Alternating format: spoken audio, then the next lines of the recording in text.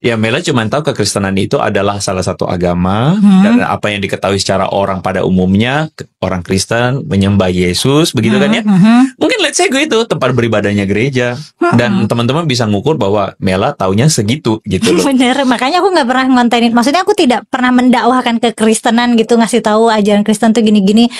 Ya karena aku nggak tahu apa-apa gitu. Kalau misalnya ada kejadian aku pernah cerita tentang Ibu Maryam, itu kan figur di Islam juga gitu. Aku menceritakannya dari sudut pandang Islam gitu, bukan sudut pandang Kristen gitu. Ya, jadi untuk menyebut Mela adalah misionaris itu menurut gua itu adalah claim, which is claim itu adalah sesuatu yang diklaim belum tentu benar.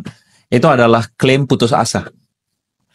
Soalnya katanya aku tuh nemu sumbernya, ada yang ngasih tahu nih misionaris C5, C6 gitu. Pernah dengar nggak? Tahu. Nah, katanya mereka dapat ceritanya tuh dari situ. Tapi itu tuh terlalu konspiratif bahkan untukku gitu ya. Ya, jadi begini. Pertama gue mesti jelasin dulu bahwa bermisi atau agama misi, misionaris itu dari misi itu. Misionaris itu berarti orang-orang atau kegiatan untuk menyebarkan mission.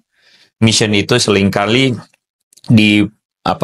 dianggap itu adalah sebuah kegiatan menyebarkan agama dan dari perspektif agama Kristen itu adalah salah satu memang mandat yang diminta untuk dilakukan oleh orang percaya, yaitu memberitakan tentang Yesus dan ajarannya.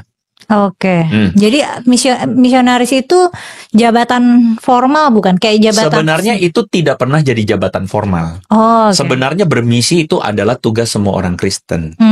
Tetapi kemudian melembaga dan jadi formal ketika ada orang-orang yang memang mengkhususkan dirinya menjadi orang yang mengabarkan Yesus, misionaris, dan dalam kultur budayanya adalah kita mesti mengerti ini dari perspektif dulu ya, kekristenan itu kan barat. Sebenarnya kalau kita tarik lebih jauh, kekristenan bukan barat. Iya, benar. Tapi kemudian kan kekristenan bertumbuh subur di barat ya dalam kultur Eropa. Dan dalam kultur Eropa itu, anyway, sorry gue mesti disclaimer lagi, tidak semua kekristenan kultur Eropa ada yang namanya ortodoks. Timur ya, tapi yang kita kenal hari ini lebih banyak barat. Ya. Dari Katolik maupun Protestan itu kultur barat. Nah, yang kultur barat ini ada satu atau ada sebuah upaya mereka untuk menyebarkan misi, memberitakan tentang Yesus, dan itu perlu kita mengerti ada unsur kolonialismenya hari itu, di mana orang Barat berpikir bahwa ke daerah baru itu orang-orang terbelakang. Paham ya maksudnya? Oke. Jadi misinya itu sepaket dengan kolonialisme pada saat itu. Mengikuti cara pikir orang Barat. Bukan sepaket dengan kolonialisme, maksudnya adalah mengikuti cara pikir orang Barat waktu itu. Cara pikir orang Barat waktu itu adalah, gua mau men-civilize. Jadi karena kan dulu kan ada isu-isu perbudakan yang dianggap bahwa kalau misalnya orang bukan kulit putih terbelakang dan sebagainya. Jadi ada unsur itu. Sehingga misi itu adalah kayak kegiatan seperti mulia untuk kemudian membuat orang-orang yang di daerah-daerah terpencil ini diselamatkan. Paham ya maksudnya? Karena ada pandangan, sekali lagi ini bukan produk Kristen ya, tetapi ini produk budaya. Produk budaya menganggap bahwa orang Barat itu lebih terpelajar, lebih berpendidikan, lebih civilized daripada orang-orang Timur atau orang-orang di daerah Afrika dan sebagainya. Jadi misi itu didasari atas semangat, sebenarnya ada baiknya mau menyelamatkan orang yang di pelosok di terpencil itu gitu. Jadi itu misi, dan cara menyelamatkannya adalah pada waktu itu cara memahami orang Kristen adalah dengan menjadikannya percaya Yesus. Aku pernah baca cerita berdasarkan kisah nyata. Jadi dia itu mungkin kayaknya misionaris ya tugasnya. Dia dikirim ke Korea Utara. Tapi dia kerjanya itu guru bahasa Inggris. Tapi sebenarnya dia punya misi. Aku lupa apakah itu misi pribadi atau tugas dari gereja. Tapi dia punya misi untuk mengenalkan warga Korea Utara terhadap kekristenan gitu. Berarti semangatnya gitu ya, mau menyelamatkan. Karena melihat mungkin warga Korea Utara nih teropres gitu dengan kondisi China, Korea Utara, bahkan Papua misalnya, itu kan banyak pelayanan misi masuk. Jadi kita tidak boleh memandang misi itu hanya sekadar mengubah orang jadi beragama, tapi lebih daripada itu membuat orang itu ada harapan untuk membuat orang itu tercivilized. Jadi yang tadinya merasa budayanya terbelakang jadi lebih baik. Nah, jadi misi itu seringkali berbarengan dengan upaya-upaya charity. Upaya-upaya untuk kesehatan, pendidikan dan sebagainya. Jadi itu perspektif misinya tuh begitu. Tapi itu yang suka dibilang ini bukan sih kayak misi kristenisasi. Nah, itu lain lagi. Jadi misi kristenisasi itu adalah orang kan bilang kristenisasi. Itu kan dua kata, kristenisasi. Jadi upaya terstruktur, upaya untuk kemudian membuat orang beragama Kristen.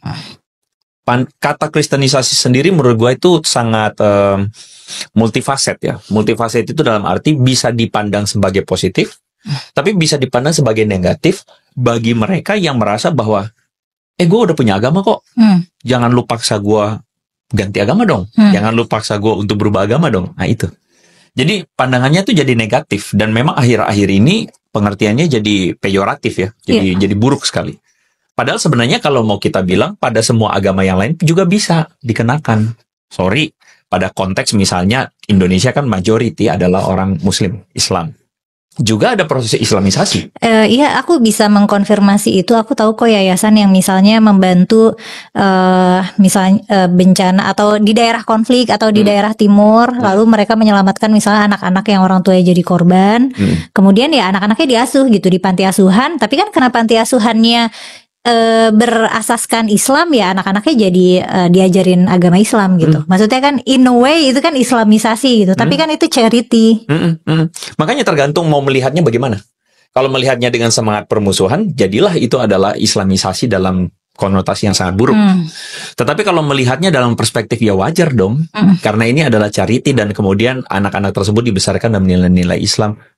Sebenarnya tidak harus dilihatnya buruk. Iya, karena pendidik-pendidik di sana juga backgroundnya Islam gitu. Betul. Mereka tidak bisa mengajarkan korban, anak-anak yang merupakan korban entah bencana atau konflik itu dengan pendidikan agama asli mereka, misalnya Kristen, karena ya para pengurusnya di sana Islam semua gitu. Nah, sama dalam kristenisasi atau yang namanya misi ini seringkali muncul itu yang tadi gue mau bilang, bahwa ada sebuah tendensi untuk melihatnya secara negatif. Hanya karena merasa bahwa ini saya sudah punya agama, kamu jangan bikin saya murtad gitu. Nah, dan itu somehow terjadi ketika ada orang-orang juga yang menafsirkan kekristenan itu dan merasa bahwa menanggung misi mulia untuk menyelamatkan orang dari penghukuman atau dari neraka gitu. Makanya yang tadi bro, maaf kok bro, yang tadi Mel bilang, iya bro banget kita emang. Itu terlepas saudara ya. Jadi yang tadi Mel bilang tadi C5, C6 dan sebagainya, itu adalah salah satu metode misi yang kemudian dilakukan oleh kelompok tertentu. Sekali lagi, salah satu metode. Jadi interpretasi misi orang-orang tertentu yang kemudian mau untuk menyebarkan Injil dengan maksud, sekali lagi ya, menyelamatkan orang. Bukan maksud untuk membuat orang tuh murtad. Memang tidak bisa dipungkiri, bisa jadi ada perasaan bagi kaum beragama tertentu kemudian merasa dimurtadkan. Itu konsekuensi logis, gitu kan ya. Tetapi sebenarnya kita harus melihat bahwa ini adalah dua jembatan, ada satu jurang nih yang misahin kita, yang akhirnya saling menaruh curiga bahwa kamu mau mencelakakan saya dengan membuat saya pindah agama. Oh iya, karena konsepnya tentang keselamatan itu sudah berseberangan gitu. Iya. Nah, jadi konsep C5 C6 ini adalah konsep di mana mereka sadar bahwa ada resistansi dari kelompok beragama tertentu. Oke, katakanlah di sini Muslim, sehingga mereka tuh menyadari bahwa kalau gitu gimana sih caranya supaya Injil tetap bisa diberitakan? Oke, nah akhirnya ada sebuah pola-pola yang dikembangkan, yaitu dengan misalnya, enggak apa-apa tetap Kristen, tetapi masih tetap bisa sarungan. Jadi tetap masih bisa pecian. Oke, tapi secara identitas Kristen atau menyamar jadi Islam? Pada interpretasi sekali lagi interpretasi paling ekstrim tetap seperti Muslim. Oh, apakah mereka ditaruh di institusi-institusi Islam gitu ya? Ditaruh di pesantren? Sebenarnya dugaan untuk sampai segitunya tuh tidak. Karena itu effortnya besar banget. Banget. Dan coba bayangkan, maksudnya maksudnya itu effortnya sudah besar banget, resikonya kan maksudnya tinggi banget karena membicarakan isu agama. Sekali lagi, hari ini isu sensitif agama tuh tinggi banget, ya kan? Tapi sebenarnya kan dulu nggak sebegitunya banget. Nah, makanya itu ada cerita-cerita masa lalu yang mau dibawa ke sini, ke hari ini. Oh, supaya untuk kayak melanggengkan kecurigaannya justru ya. Nah, kalau Mela tanya, ada nggak yang kayak begitu sekarang? Pertama, gue mau mengatakan bahwa gue cukup mengerti dunia kekristenan, cukup mengerti dunia misi. Oke. Apakah yang kayak begitu ada? Menurut gue itu ada perorangan. Kalaupun masih ada. Jadi kayak misi personal. Misi personal. Tapi sebenarnya kalau mau bilang sampai bagaimana banget, gue merasa bahwa itu sudah cerita 2 dekade lalu. Oke. Itu sudah cerita dekade lalu, 2 dekade lalu. Yang hari ini sebenarnya menurut perspektif gue secara pribadi, orang pandangannya sudah mulai lebih baik kok tentang misi itu sendiri. Dan sebenarnya tidak harus kan kemudian kita itu memaksa orang atau istilahnya membuat seakan-akan orang itu pindah agama ke Kristen gitu. Karena tidak selalu misi itu begitu juga. Ada juga misalnya di dalam kekristenan misi itu tidak selalu ujung-ujungnya harus kemudian membuat orang percaya Yesus. Tidak. Tapi apa ujungnya? Cuman charity aja. Oh, oke. Jadi kayak menyebarkan kebaikan aja. Iya. Karena di dalam kekristenan itu kan Tuhan Yesus tuh bilang bahwa kamu tuh telah mengasihi aku, kamu memberi aku makan. Terus kemudian orang-orang tanya, kapan kamu memberi engkau makan? Waktu kamu memberi makan pada orang-orang yang lapar ini. Kamu telah memberi aku pakaian. Kapan kamu kasih pakaian? Waktu kamu memberi pakaian kepada aku ketika aku tidak punya pakaian. Kamu mengunjungi aku dalam penjara. Loh, kapan engkau masuk penjara? Ya waktu orang-orang dalam penjara ini kamu kunjungi. Oh, itu indah sekali sebenarnya. Iya. Jadi sebenarnya gini, sekali lagi di dalam tiap agama pasti akan ada interpretasi radikal. Interpretasi yang orang bilang mentok kanan. Ya kan? Nah, interpretasi mentok kanan itu yang sebenarnya kita lihat. Misalnya yang mungkin dalam kasus orang yang menuduh Mela adalah misionaris, ya itu. Interpretasi mentok kanan itu. Yang menganggap bahwa ada orang-orang tertentu yang mau memurtadkan kami begitu ya sebagai Muslim. Makanya tadi gue bilang itu interpretasi putus asa. Salam saudara-saudara, itu dia video yang baru saja kita tonton tadi videonya. Percakapan antara seorang Kumaila dan juga pastor yaitu Andre.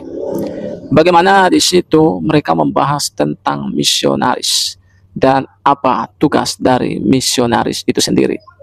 Dan seorang Kumaila ketika membahas hal ini dan ketika belajar tentang ini, tentunya akan banyak orang-orang yang menghujat beliau. Bahkan mungkin tidak sedikit yang mengatakan bahwa seorang Kumaila telah murtad. Tetapi sebenarnya bahwa seorang Kumaila bukan murtad. Apakah ketika Kumaila belajar tentang kekristenan itu artinya Kumaila murtad? Tentunya tidak, ya. Tetapi seorang Kumaila mencoba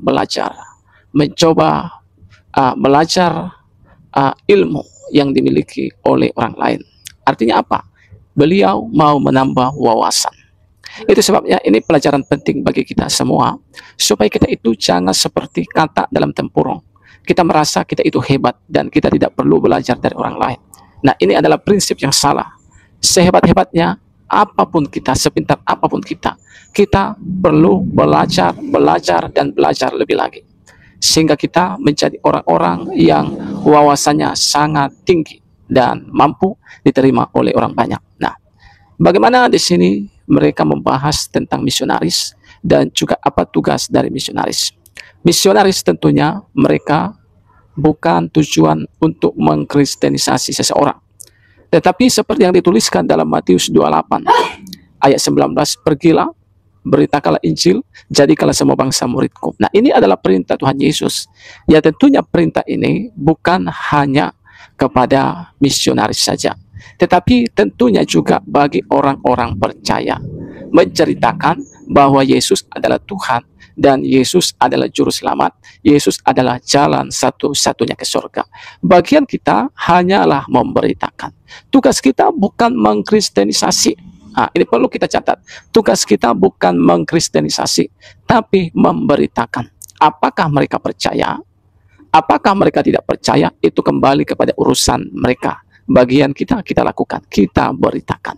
Di dalam kekristenan tidak ada kristenisasi dan tidak ada yang namanya paksaan. Ya, kalaupun ada, itu adalah oknum.